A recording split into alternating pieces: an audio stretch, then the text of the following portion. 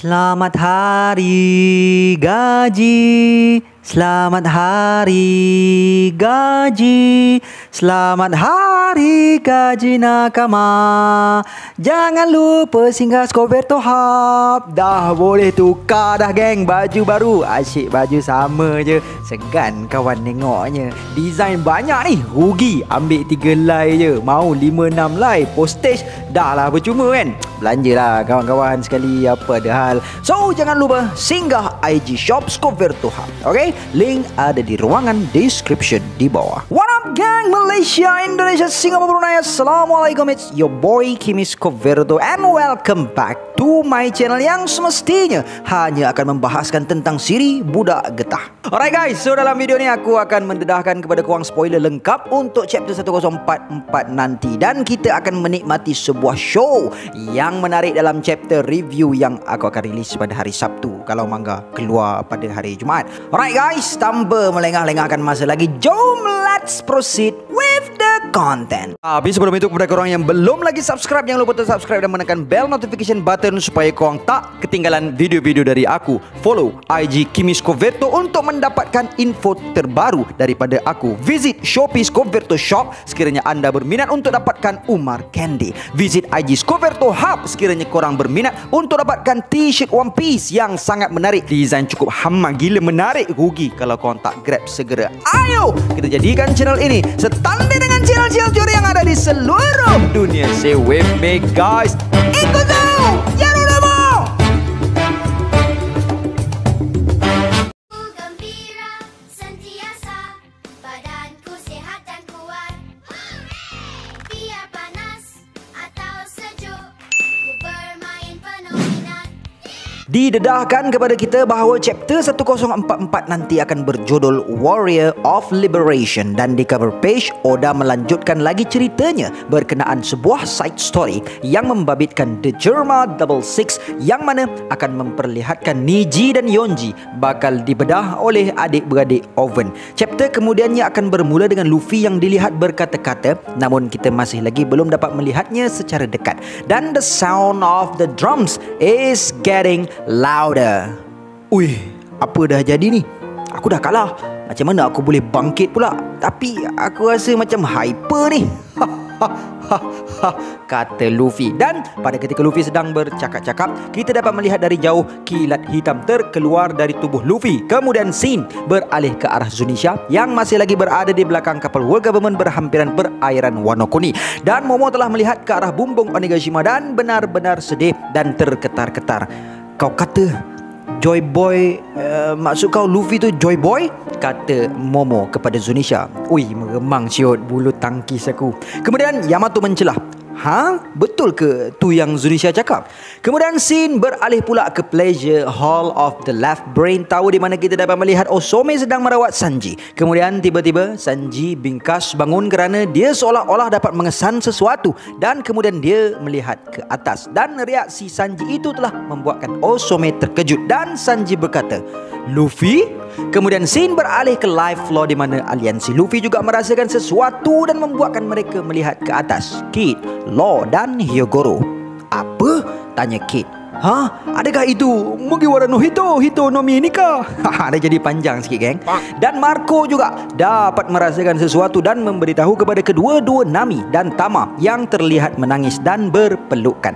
Dan seperti Sanji, Marco juga terkejut setelah merasakan kehadiran Luffy dan mengatakan, "Hey, Luffy masih hidup yoi." Dan mendengarkan khabar yang cukup gembira itu, Nami tertanya dalam keadaan yang sangat-sangat gembira, dan Tama juga sangat ceria setelah mengetahui yang Luffy masih hidup. Kemudian scene beralih jauh ke Marijoa di dalam sebuah bilik yang dikenali sebagai Room of Authority di dalam Pangaea Castle. Koroshi kemudiannya menyambung perbualan mereka berkenaan tanah Wano Kuni. Salah seorang dari mereka tertanya adakah berbaloi untuk kehilangan seorang top agent, dan kemudiannya membuatkan Kaido mengamuk. Kemudian Koroshi dengan rambut dreadlocknya telah berkata ia berbaloi. Tambah-tambah lagi dengan melihat masa hadapan yang situasi di Wano ini mampu untuk cetuskan. Kemudian Gorosei dengan pedang itu berkata bahawa pihak world government pernah cuba untuk menyimpan Gomu-Gomu no Mi dengan mereka pada setiap era.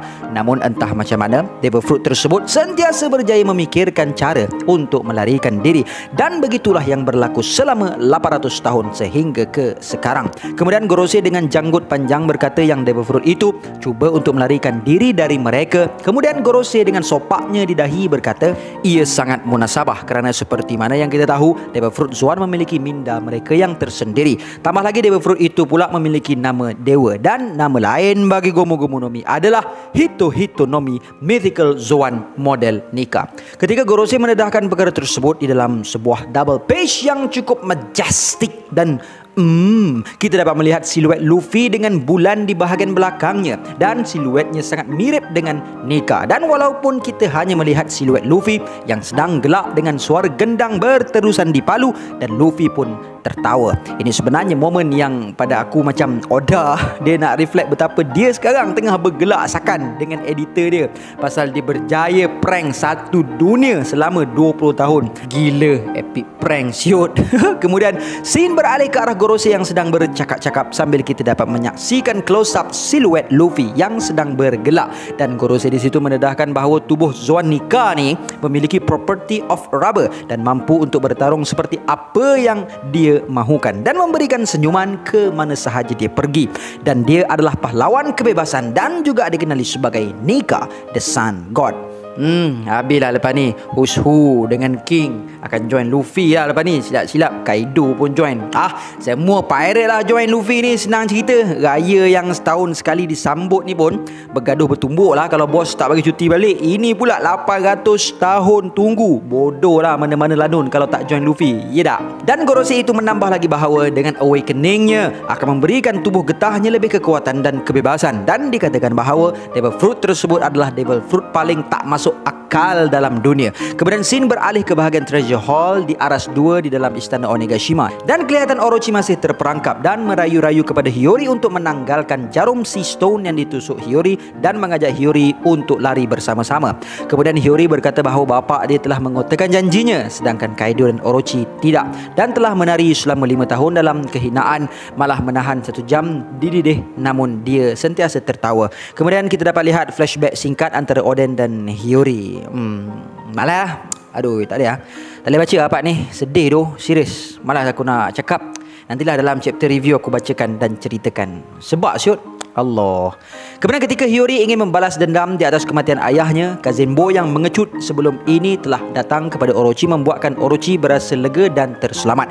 Namun instead of Kazenbo itu menuruti perintah Orochi untuk membakar Hiyori, Kazenbo tersebut telah membakar Orochi. Kemudian Hiyori berkata fajar akan tiba, dan Kozuki sentiasa mengotakkan janjinya. Kemudian scene beralih ke arah siluet Luffy semula dengan bulan penuh di belakangnya. Luffy berkata bahawa dia sekarang rasa dia mampu untuk lakukan apa sahaja yang dia inginkan, dan degupan jantungnya berbunyi dengan sungguh seronok. Dan ini adalah tingkat tertinggi Luffy, dan inilah gear ke-5-nya. Kemudian kembali ke live floor, sebuah Supreme Hau Shokuhaki terpancar dari bahagian atas dengan dihiasi cahaya peti berwarna hitam berpena-pena dari bumbung istana Kaido. Anak-anak buah Kaido mula untuk rebah tidak sadarkan diri, sedangkan Kaido kelihatan cukup cemas dari bawah memandang ke arah bumbung. Dan di dalam sebuah lagi double page yang cukup menarik, kita dapat melihat bumbung mulai pecah dan tangan Luffy kelihatan dari lubang tersebut, dan tangan Luffy begitu besar dan menggenggam tubuh Kaido dalam bentuk naganya tanpa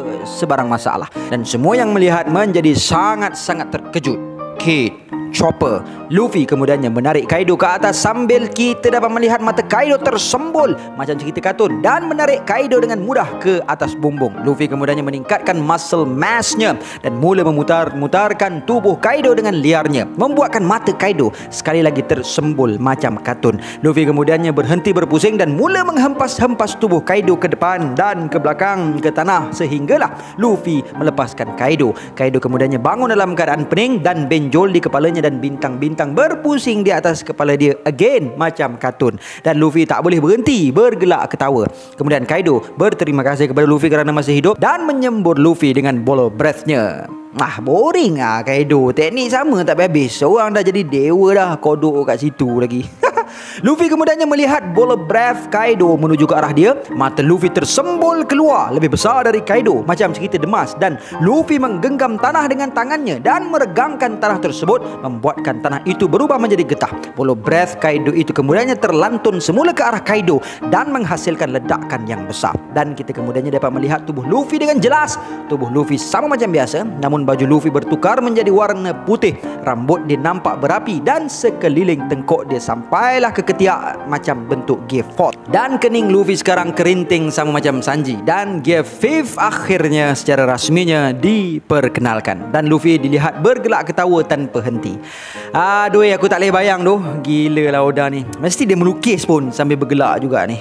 Kemudian Kaido memohon maaf atas apa yang berlaku sebelum ni dan bukan hajat Kaido untuk menang seperti itu. Luffy kemudiannya melihat ke arah Kaido dengan penuh kehazaman dan senyuman di wajahnya. Kemudian Luffy berkata, tak apalah cu, it's okay.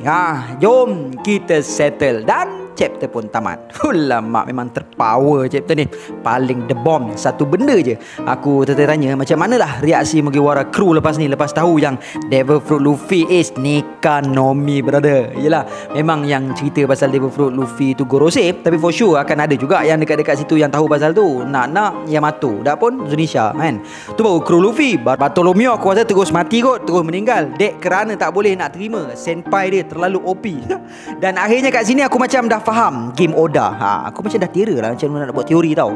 So kat sini aku officially declare bahawa the lurking legend yang dimaksudkan Oda adalah tak lain dan tak bukan Blackbeard yang memakan Devil Fruit ketiga tanpa kita tahu, sejenis Devil Fruit Zoan, iaitu Hitonomi model Rock di Zebek, dan tak pun model The Lurking Legend. Kan senang macam tu, tak payah berteori panjang-panjang kan.